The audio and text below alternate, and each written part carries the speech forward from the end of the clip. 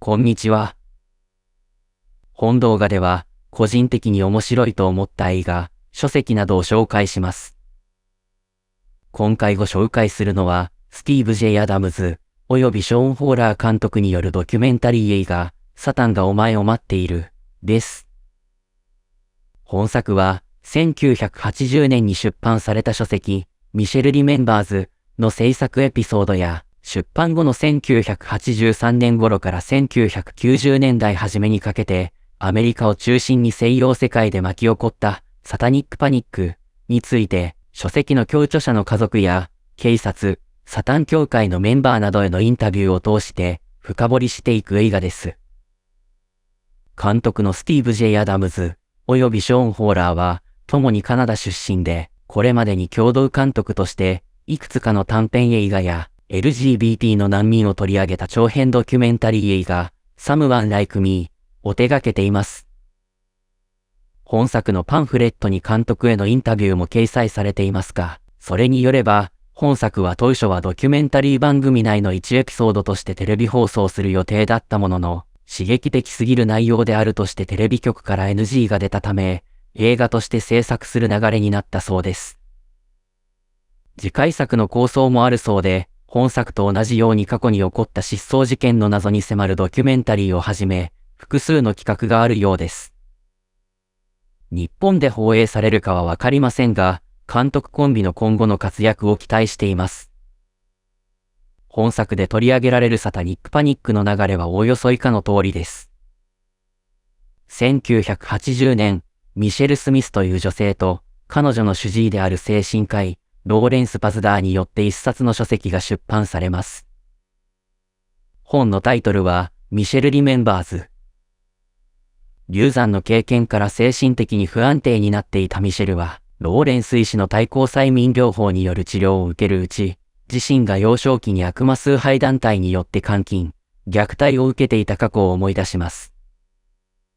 そして、悪魔崇拝団体による悪魔的儀式虐待、SRA、サタニックリチュアルアビューズについて語るミシェルとローレンス医師とのやりとりを記録したテープを書き起こしたというのが書籍の内容です。ミシェルが思い出したとされる儀式の内容は、動物を生贄にしたり、信者たちがろうそくを立てて何かを詠唱したり、排泄物を食したり、胎児の手足を切断したりといった凄惨な内容でした。悪魔的儀式虐待の証拠となるのはミシェルの証言だけなのにもかかわらず、この書籍は出版されるとたちまちベストセラーとなり、テレビのトーク番組などで連日取り上げられるようになります。そして書籍の出版後、自分も同じように幼少期に悪魔崇拝団体による虐待を受けたとする告発が相次ぎ、やがて悪魔崇拝者だと疑われた人物が何人も逮捕されるという、アメリカ全土を恐怖に陥れる一大パニックにまで発展していくのです。このサタニックパニックは、1990年代初め頃まで続きましたが、悪魔的儀式虐待の治療に対して保険会社が治療費の負担をやめたことや、虐待を告発した被害者が、偽の記憶を植え付けられたとして精神科医を訴える事案も発生したことから、パニックは徐々に収束していくのでした。ここからは本作を鑑賞した感想になります。自分はオカルトホラーものの映画が大好きなので、特に事前知識もなく鑑賞しましたが、とても面白い映画でした。内容的にはホラー風味のあるドキュメンタリーといった感じですが、変に怖がらせるような演出はなく、当時の映像や関係者へのインタビューを通して、サタニックパニックを真面目に検証していく構成なので、ホラーが苦手な人でも楽しめると思います。グロ描写も特になかったと思います。ただ、作中でローレンス医師、以下、ラリーと言います。が西アフリカに旅行に行った際に撮影した映像が流れるのですが、その中に首が切断された鶏が映るシーンがありますので、苦手な方はご注意ください。本作では一連のパニックを通して人間の欲望について描かれます。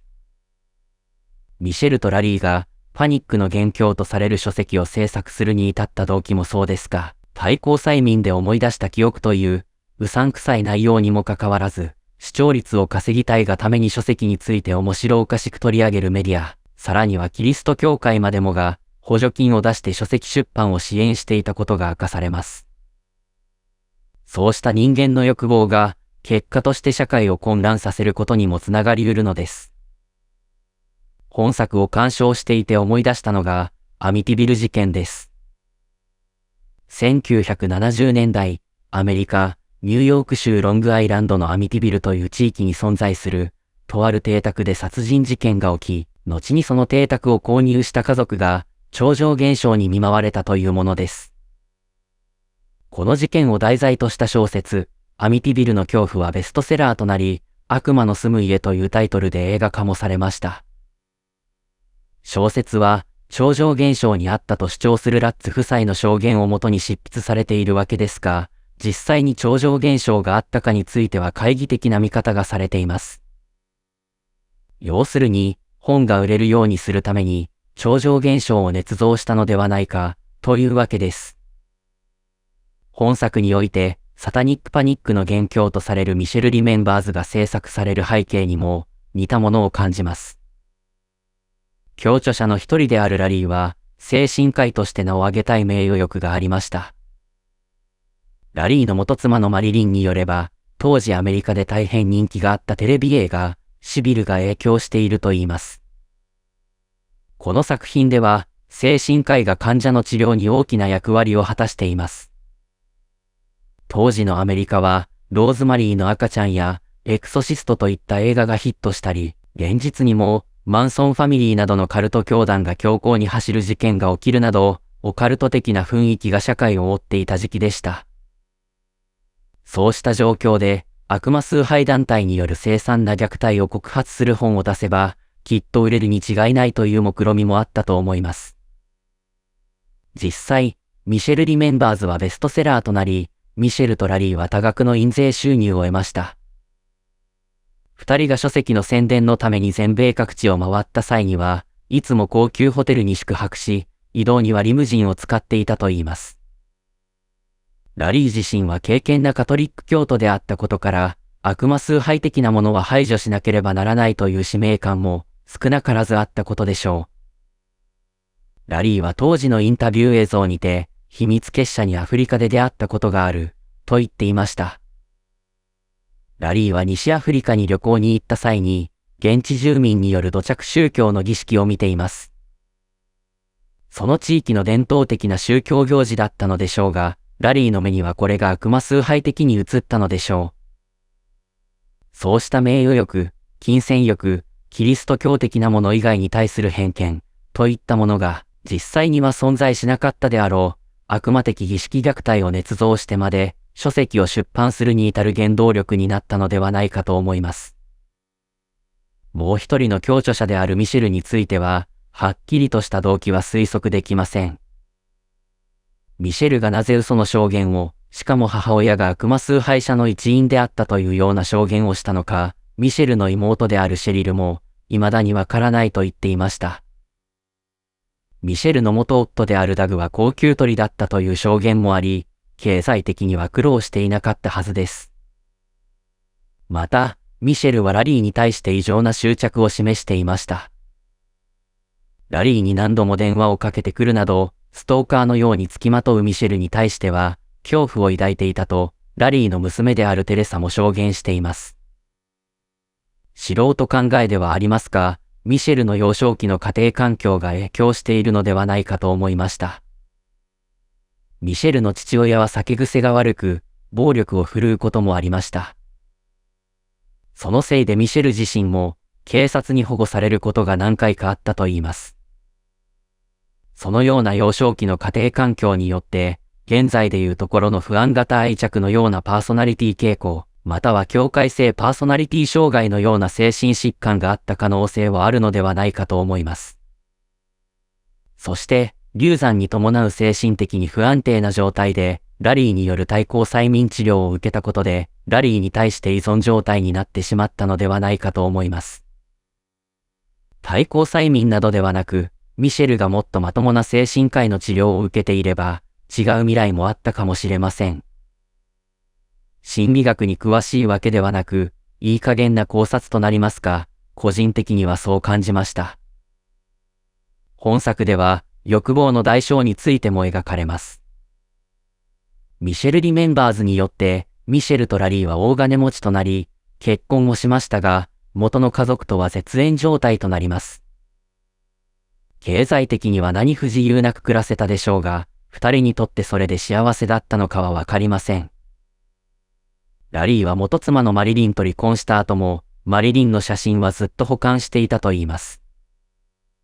ミシェルの方も、後年にはラリーのことを思っていた人と違ったと口にすることもあったそうです。そして、二人が意図しなかったことであるにせよ、書籍の出版により、結果的にアメリカ全土が集団ヒステリーに陥りました。何ら物的証拠がなく、子供の証言しかないにもかかわらず、悪魔的儀式虐待を行ったとして、保育士が逮捕される事件まで起きています。欲望を実現した結果、大勢の人間が不幸になるというのは、まさに悪魔と契約した代償を払わされているかのようです。本作は、魔女狩りはいつの時代でも起こりうる、ということに対して警鐘を鳴らす映画であるとも感じました。サタニックパニックの時期には、実体のない悪魔的儀式虐待が本当のことであると信じられ、それを否定しようとすると、逆に悪魔崇拝者であるという疑いをかけられる雰囲気であったことが、当時の映像から見て取れます。映画後半では、現代のアメリカにはびこる陰謀論、ピザゲートや Q アノンの映像が差し込まれます。日本においても過去には、ノストラダムスの大予言が一大ブームとなったり、最近でも2025年7月に大災害が発生する趣旨の予言が話題になったりと、オカルトが社会に影響を与える現象は続いています。当時、悪魔的儀式虐待の捜査に関わっていた警官は、警察は幻を追っていた、と証言しています。本作を鑑賞して、改めて自分も幻に惑わされないように気をつけようと思いました。個人的に本作で面白かったのが、サタン教会のメンバーにもインタビューしている点です。ミシェル・リメンバーズには、サタン教会が虐待に関わっているという記載があったそうで、無実の罪をなすりつけられたサタン教会側は、かなり迷惑していたようです。なお、サタン教会側の訴えにより、書籍からサタン教会に関する記述は削除されたそうです。今回の動画は以上となります。本作に興味が湧いた方は、ぜひご鑑賞されることをお勧めします。なお、自分は本作を新宿シネマ借りてで鑑賞しましたが、どうやら当劇場は、2026年1月12日月曜日をもって閉館となるようです。同じく新宿駅近くにある武蔵野館は引き続き営業を続けるとのこと。自分は当劇場にそれほど頻繁に通っていたわけではありませんが、やはり映画館がなくなるのは寂しい気持ちになりますね。当チャンネルでは、今後もホラー、SF、ファンタジー関連の映画や書籍を紹介していきます。概要欄に参考文献のリンクを掲載しておりますので、よければそちらもご覧ください。それでは、次の動画でお会いしましょう。